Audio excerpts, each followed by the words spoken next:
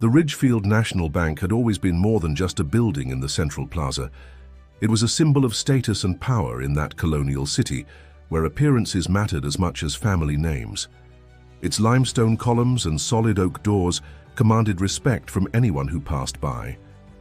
For Richard Morgan Prescott, General Manager of Ridgefield National Bank, that building was his kingdom and he was its undisputed monarch.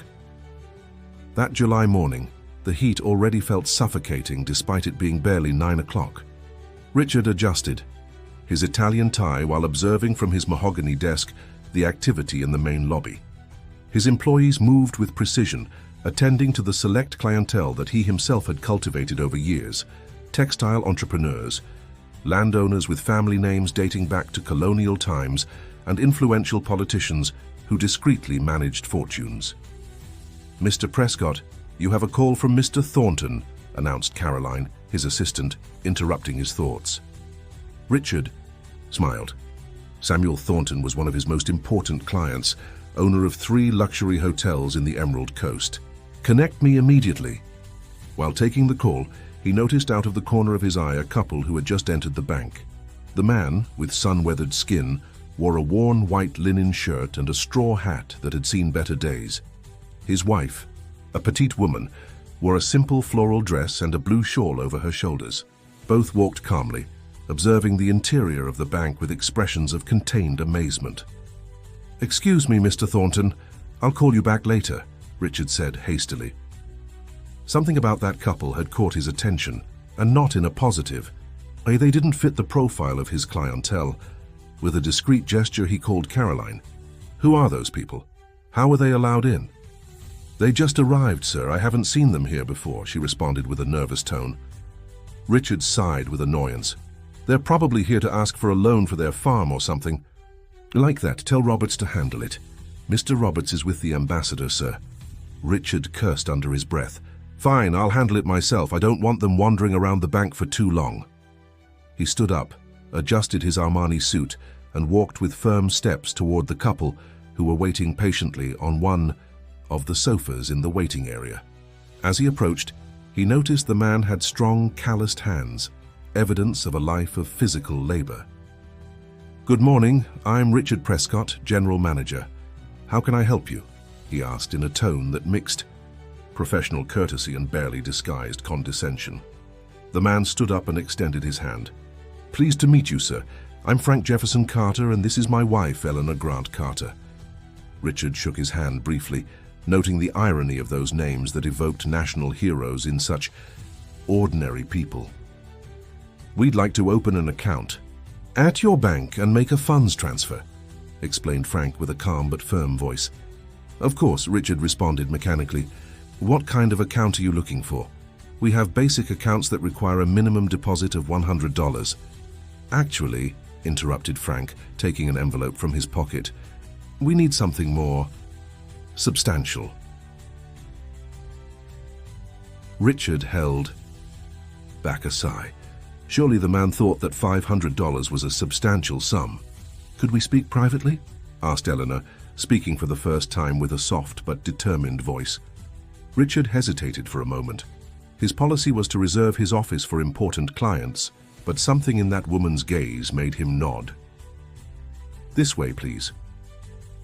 Once, in his office, Frank slid the envelope across the desk. "These are the transfer documents we want to process."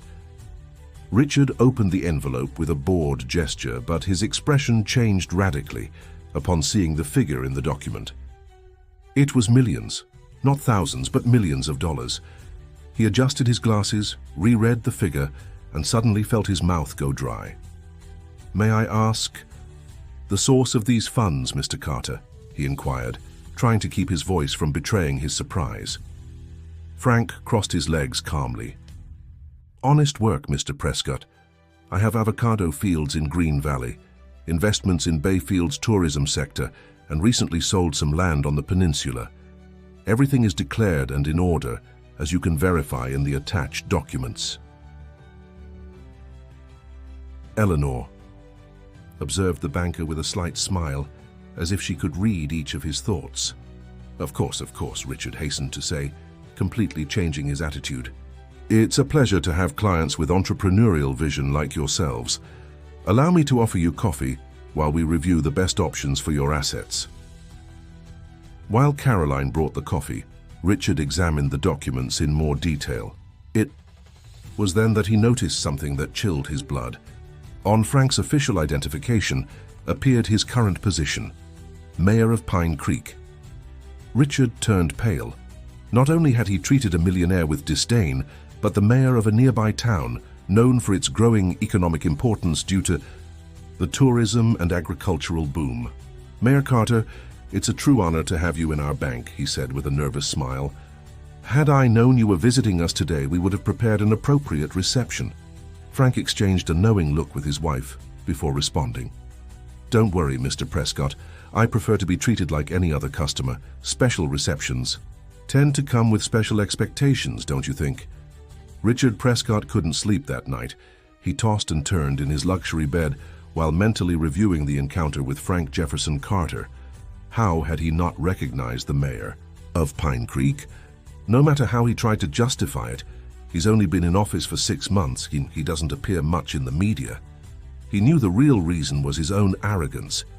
He had judged Frank by his simple appearance, by his worker's hands, by his accent that revealed humble origins. The next morning, he arrived at the bank earlier than usual. He had made a decision. He would make Frank Carter his star client. Not just for the millions he had deposited, but because a mayor with such fortune surely had valuable connections. "Caroline, research everything about Mayor Carter," he ordered his assistant. "I want to know his tastes, his municipal projects, his friendships, everything." During the following days, Richard immersed himself in learning every detail about Frank. He discovered that he had indeed built his fortune from scratch. The son of farmers, he had started with a small plot inherited from his father, and through constant work and intelligent investments, had managed to expand into avocado farming, then rural tourism, and finally local politics, where he had earned the community's respect for his honesty and vision. "It's almost too perfect," muttered Richard, as he read the report he had commissioned. "There must be something more." A week after the first visit, Frank returned to the bank, this time alone. He dressed practically the same as the first time, simple linen shirt, cotton pants, and the same worn hat. But now, Richard saw him with different eyes. "Mayor Carter! So good to see you again," he exclaimed with exaggerated enthusiasm, personally, coming out to greet him in the lobby. "Please come directly to my office." Frank nodded with a slight smile and followed the banker. Once in the office, Richard displayed charts, investment projections, and personalized proposals. "I've been analyzing your portfolio, Mayor, and I have some suggestions that could significantly increase your returns," Richard began enthusiastically. "Also, I'd like to invite you to our annual dinner with investors next month. Very influential people from New York and Chicago will be attending." Frank listened attentively, occasionally nodding.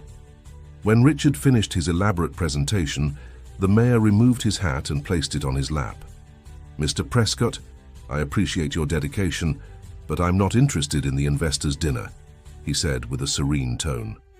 Richard blinked, confused. "But Mayor, it will be a unique opportunity to establish high-level contacts. With your political position and your resources, you could—" "My political position is at the service of my community, not my personal interests," interrupted Frank. "And regarding my resources, I prefer more conservative and transparent investments." The banker felt a pang of frustration. He didn't understand how someone with so much potential didn't want to aim higher. "Let me be frank, Mayor," insisted Richard, leaning forward. "You have the perfect profile to aspire to more important positions. With the right connections, in a few years, you could be in the state government, perhaps even in a federal department." Frank smiled with a certain melancholy. "Do you know why I went into politics, Mr. Prescott?" Without waiting for an answer, he continued, "When I was a child, my father used to take me to the town bank to deposit the little we earned from the harvest. I remember how they looked at us, as if we didn't deserve to be there. One day my father urgently needed a loan to save our crops after a frost. The manager didn't even review our application. 'People like you never repay what they owe,' he told us. Richard felt a knot in his stomach, uncomfortably recognizing his own initial behavior. "My father lost almost everything that year," Frank continued, "but we survived, and I promised myself that someday I would change things. Not for revenge, but to ensure that no hard-working family would ever be treated like that again." He stood up and walked to the window, observing the bustle of the street. "I went into politics because I believe power makes sense only when it serves others. Money is a tool, not an end. And frankly, Mr. Prescott, I'm concerned that in your bank it seems to be the other way around." Richard felt exposed, as if that simple man could see through all his ambitions and pretensions. I didn't mean to suggest," he began to defend himself. "I know," Frank reassured him, returning to his seat. "But now, let's get to the real reason for my visit. I want to talk about the possibility of your bank participating in a microcredit program for small farmers and artisans in Pine Creek." The meeting took an unexpected turn. For the next hour, Frank outlined a detailed plan to offer loans with favorable conditions to people who normally wouldn't qualify according to traditional banking standards. The project included financial training, personalized follow-up, and a guarantee fund contributed by the municipality. "It would be a collaboration, Mr. Prescott," explained Frank. "Your bank would gain new loyal customers, improve its corporate image, and although initial returns would be modest, in the long term the portfolio would be profitable." Richard listened, torn between his commercial instinct that rejected a program with apparently low returns and a new sensation he was beginning to experience: admiration. "Why our bank?" he finally asked. "There are institutions specializing in microfinance that would be more willing to participate." Frank smiled, and for the first time Richard could see in him the charismatic leader who had won the elections against all odds. "Because you need this project as much as my community needs you." Before Richard could fully process those words, the door to his office opened. It was Eleanor, Frank's wife, but this time she wore an elegant business suit and carried an executive briefcase. "Sorry for the delay," she apologized. The video conference with the European investors went longer than expected. Richard stood up, disconcerted by the transformation. He no longer saw the simple woman with the blue shawl, but a sophisticated executive whose presence commanded instant respect. "Mr. Prescott," said Frank with an enigmatic smile, "allow me to formally introduce my wife, Dr. Eleanor Grant Carter, Executive Director of Roots Foundation and advisor to the Inter-American Development Bank." Richard Prescott's face was a poem of confusion and surprise. His eyes went from Frank to Eleanor, trying to process the information. The woman in the floral dress and shawl was actually a high-level executive with international connections. "Oh, pleasure to formally meet you, Mr. Prescott," said Eleanor, firmly extending her hand. "I apologize for our little performance last week, but we had to confirm something." Richard shook her hand automatically, still stunned. "Confirm? I don't understand." Eleanor took a seat next to her husband and opened her briefcase, extracting a folder with the IDB logo. "You see, Mr. Prescott, the Roots Foundation is evaluating possible partnerships with financial institutions in different regions of the country," she explained in a professional tone. "We're looking for banks that can implement genuine financial inclusion programs, not simple social marketing strategies. And our methodology includes an unconventional component," added Frank. "We visit branches dressed as ordinary citizens to evaluate how they treat people of humble appearance." Richard felt the floor sinking beneath his feet. It had all been a test, and he had failed miserably. "I understand," he managed to articulate while discreetly loosening his tie. "And I suppose my initial behavior wasn't optimal." Eleanor and Frank exchanged glances. "It was precisely what we expected to find," responded Eleanor with professional frankness. "Subtle but evident discrimination. A system designed to privilege those who already have privileges." Richard felt cornered. His career, his reputation, possibly his entire future hung by a thread. If this couple decided to make his behavior public, it would be a scandal that the bank wouldn't tolerate. "However," continued Frank, softening his tone, "we're not here to point fingers, but to propose solutions." The banker looked up, puzzled. "Solutions?" "Exactly," nodded Eleanor, opening the folder. The microcredit program that Frank presented to you is real, and the Roots Foundation, in collaboration with the IDB, is willing to back it with a guarantee fund of $5 million. The figure made Richard straighten in his seat. $5 million wasn't an amount that could be ignored, not even for a bank of his size. In exchange, intervened Frank, your bank would implement a comprehensive transformation program in its customer service policies and credit evaluation criteria. Dr. Grant and her team would supervise the process. Richard looked at the documents that Eleanor had placed on the desk. They included financial projections, case studies of similar programs in other countries, and surprisingly, returns that were not at all negligible in the medium term. Why me? He finally asked. After how I treated you?